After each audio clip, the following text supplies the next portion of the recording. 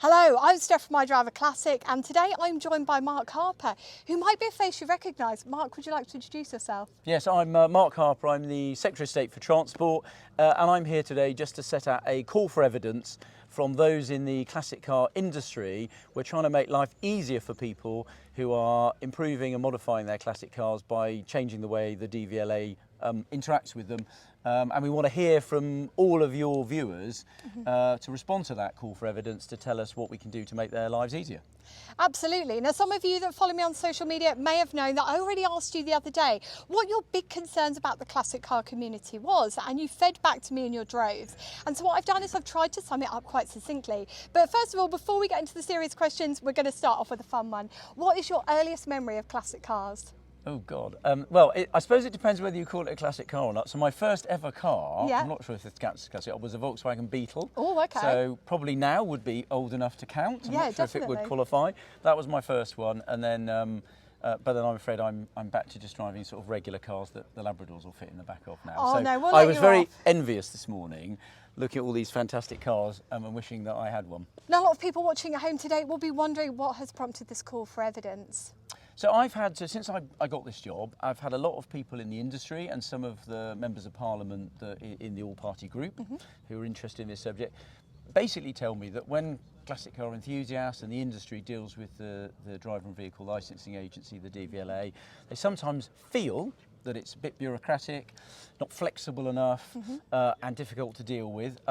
We've tried to change some of that, so I've tried to change the direction, and people have felt a difference, I understand, I'm told. Yeah. And what we really want to do is update the rules. The rules haven't been updated since the early 80s, and there's a lot of change in the technology about how these cars are maintained, how they're modified, but also a lot of people want to make them zero emission, want to put electric powertrains in them. We've seen a couple of those this morning that I was driven around in, and we want to make sure the rules help people do that where they want to, not get in the way. So we're doing a call for evidence. That's where we're saying to the public, here's the areas we want to know about. Tell us your views.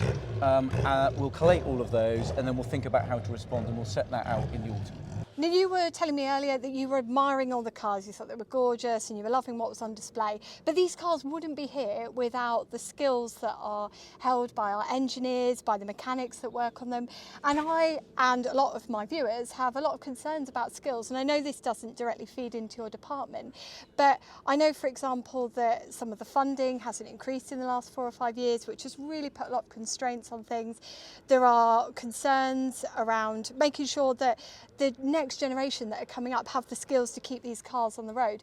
Do you share those concerns, and is that something the government shares? So look, I think that is important about making. One of the things this morning on this visit that we've been looking at, when we were talking to people that work in the Skills Academy, the apprenticeship that they've designed specifically to train people in the skills they need for this industry.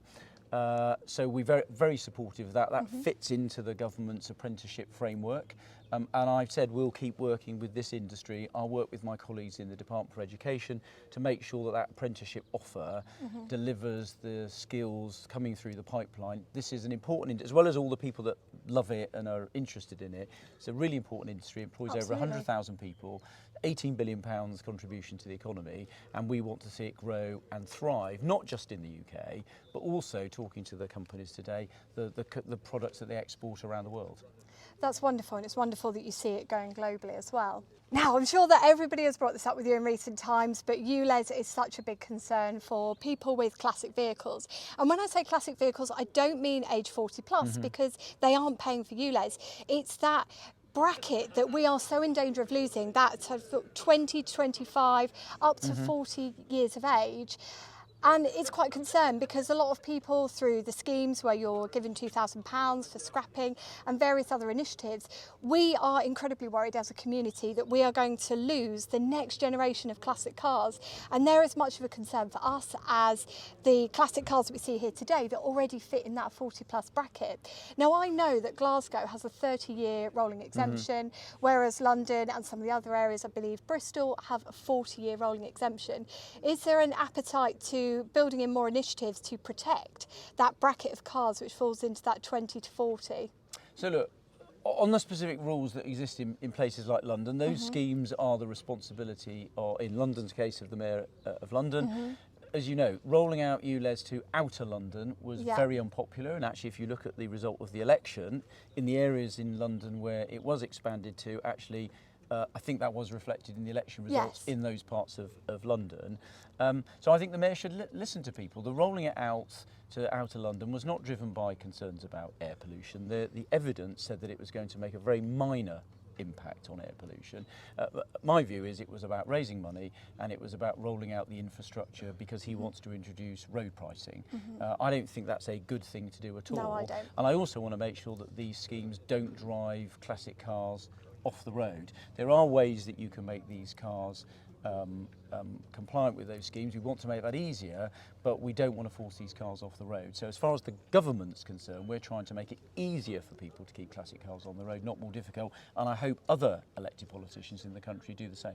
And I think our final question for today is probably around safety. So a lot of these cars that you look around you don't need an MOT, they're exempt from an MOT. Do you think that as part of the changes that you're looking to make, you might be looking to work more closely with clubs to initiate some form of road safety test that gets the basics checked? Because a lot of these cars won't be, the vehicles aren't really relevant for an MOT as it stands.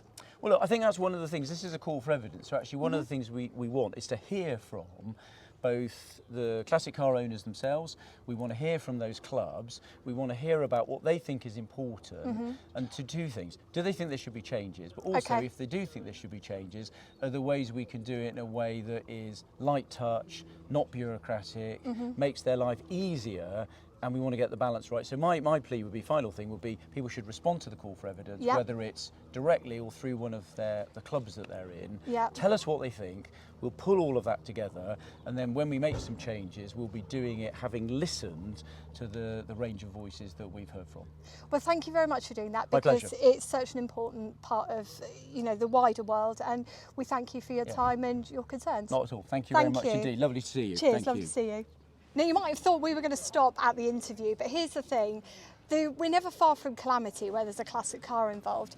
And Danny has also been down today. You might recognise him, Danny from Practical Classics, the very famous editor. And he brought his Marina. Now, a lot of people will tell you that Marinas are unreliable, and Danny today has proven them right. Danny, what's happened to you? It threw a fan belt.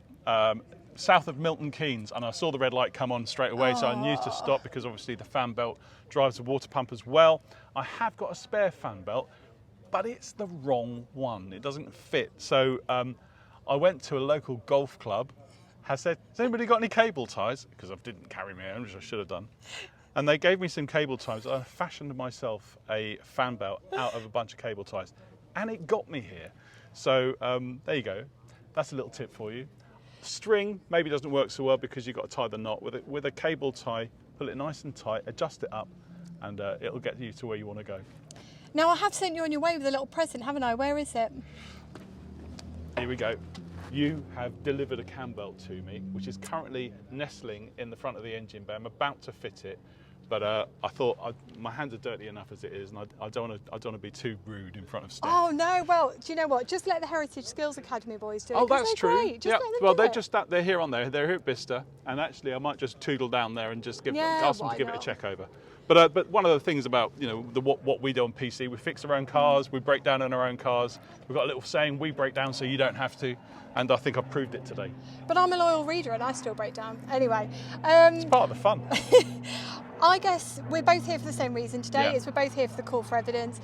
And I think that when Mark was talking to you, he summed it up and he said, realistically, this will only work if we all feed in. And this is what we all need to do. Participation is key on this one. Because if you don't use your voice, if you don't say what you're thinking, if you don't talk about the struggles that you yourself are facing, your club, your community, how are they going to know? Because we're the people at the coalface of it that are driving the classics, using the classics, repairing, restoring. If we don't bring up our concerns to the people that are sitting in offices so far away from our workshops, things can never change, and we also can't complain that they've never changed. And so that's why it's really important that we do all feed into this. It doesn't matter who you vote for, because at the end of the day, when we all feed together collectively and we push forward with our collective concerns, our worries, that's when things change. It's only through group action that anything ever changes. And that's why, for me, I feel really passionately that we all should feed into it. And would you say the same? I think so, Steph. I think that's a really, really good point. There's two things to say about this. Firstly, remember he's a politician. Yeah. So when he comes and asks for these questions, it's great that he's done it, but we've got to keep the pressure up after the event, so that when it comes to election time, we're all on it. Write to your MP. Don't just let government sit there and do it. Write to your MP with your concerns. MPs do answer their letters, and make sure that your MP is on side in terms of classic cars. That's so important. And I think it's also very important to make sure that the voices that aren't so readily heard within the industry are heard. Yeah. So people who own marinas, women, people who are from diverse ethnic backgrounds need to make their voices heard too. It's not just about E-types, it's not just about Bentleys, it's about people's cars of yesterday and modern classics as well. We're all part of this. So the important thing is write to your MP and take part in this exercise.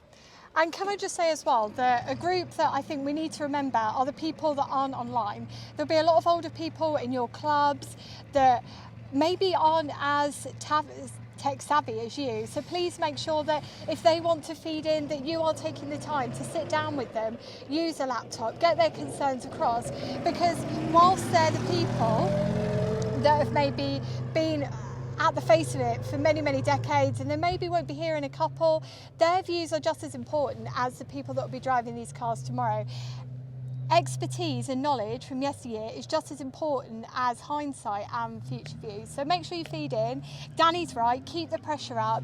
And I guess the only thing that I would take away from today was that one of the big concerns that I came down here today was ULEZ, and I am so worried about classics of the future, and I think that's something that we all need to be on top of. We need to be going at it with full gusto to not only look after the cars that we see here today, like the old stuff, the posh stuff, we also need to look after the Corsa Bs, the Nissan Micras, and all the little cars that, just like the Morris Minor, were once street furniture but are now just disappearing off into the ether. People don't place much value on them today, but trust me, in 20 years' time, they'll be the cars that people are lusting after, however unbelievable it might be for some of you. So please keep up the pressure with us. We're going to keep up the pressure, and I'm going to keep going at it. Why do you think I'm here today? It's because I'm always trying to be so vocal, trying to push for change, and I want us to be talking about classic cars today, tomorrow, and in 50 years' time. So thank you very much for watching this video. Danny, I hope you get home safely. But for all of you at home, take care and drive safely. Bye.